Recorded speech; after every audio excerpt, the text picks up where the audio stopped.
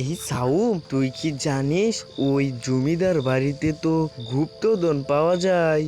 ওরা কি বললো? গুপ্তধন পাওয়া যায়? তাহলে তো সেই গুপ্তধন শুধু আমারই করতে হবে। সেখান থেকে আমি গিয়ে গুপ্তধন নিয়ে আসব। আজ মধ্যরাতে যাব সেই গুপ্তধনের খোঁজে।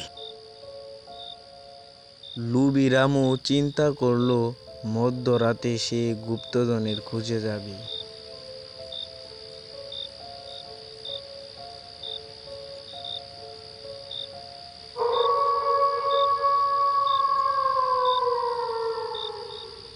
বন্যায় ভেসে আসা এক ভূতের গুপ্তধন সবাই নিতে চায়, কিন্তু কেউই সাহস পায় না সেই ভূতের গুপ্তধন চুরি করতে।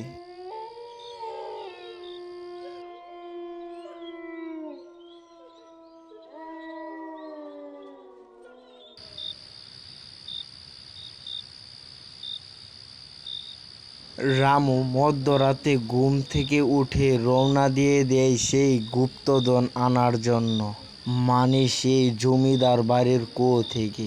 সেই ভূতটা জমিদার বাড়ির কুয়োতেই থাকে।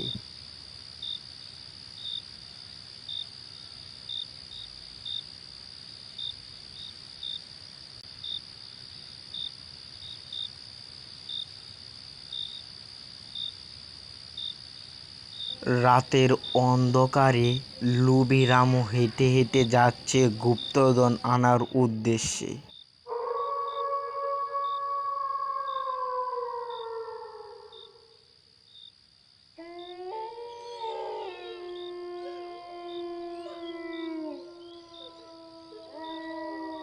রামু চাচা সেই কুয়ার সামনে যেতেই বুঝতে পারলো এখানে কেউ আছে। সেই সময় কুয়ার ভিতর থেকে বেরিয়ে আসলো এক ভূত।